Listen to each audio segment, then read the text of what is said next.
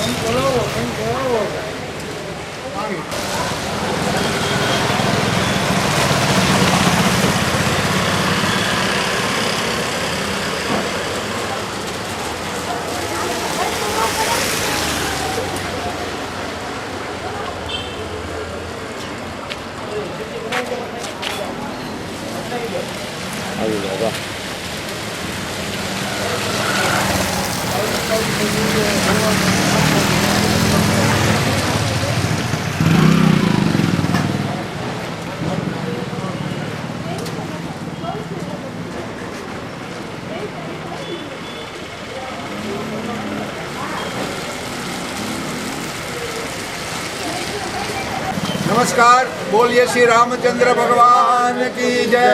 कृष्ण कन्हैया लाल की जय।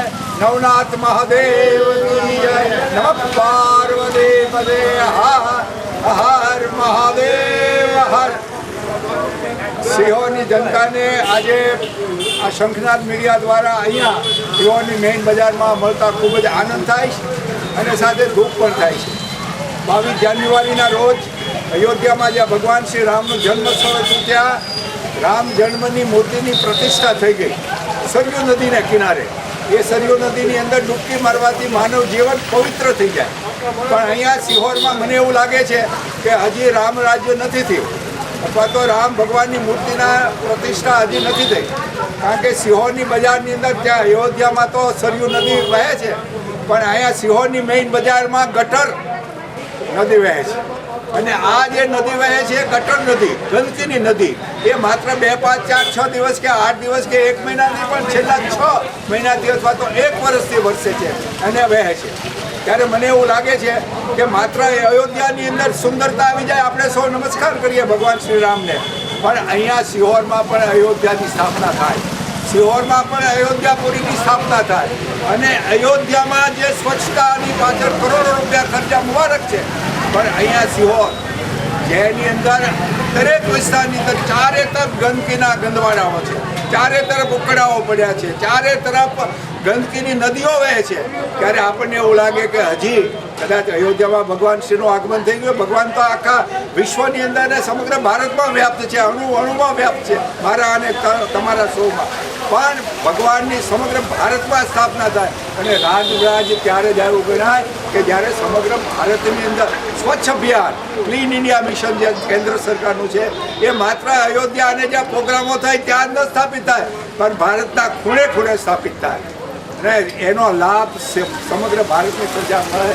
એ આપણે ઈચ્છીએ। ત્યારે અહીંયા આપ જોઈ શકો છો કે છેલ્લા 6-8 મહિનાના વર્ષથી આ નદી ગંદકીની નદી વચ્ચે અને એના કારણે સિહોરની પ્રજાનું આરોગ્ય પણ વૃદ્ધવાયું છે અને ઘવાયું છે। ત્યારે મારી આ સિહોર નગરપાલિકાના જે અત્યારે વહીવટદાર છે અને ચીફ ઓફિસર છે એમને વિનંતી કે ઓફિસમાં બેસવાથી વહીવટ નથી થવાનો, ઓફિસમાં બેસવાથી માત્ર વહીવટ નથી થવાનો। એક સમય હતો જ્યારે સિહોર સુધરાઈની અંદર ચીફ ઓફિસર ઉમંગ દેસાઈ હતા, જે સવારના 6 વાગે નીકળે, હાથમાં લાકડી રહી અને માથે કેપ પહેરી હોય અને પ્રજાની અંદર જ્યાં પણ ગંદકી હોય, કોઈ આડું ઉકળો હોય, કોઈ દૂધમાં ભેળસેળ કરી તો એને ટપારી અને તરત એની પર કાયદે કાર્યવાહી કરતા। ત્યારે મારે ચીફ ઓફિસર અને વહીવટદાર શ્રી પટેલ સાહેબ છે, મેં સાંભળ્યું છે, પણ છેલ્લા કેટલા 1 વર્ષથી વહીવટદાર છે, પણ વહીવટદારને કોઈ જોયા નથી।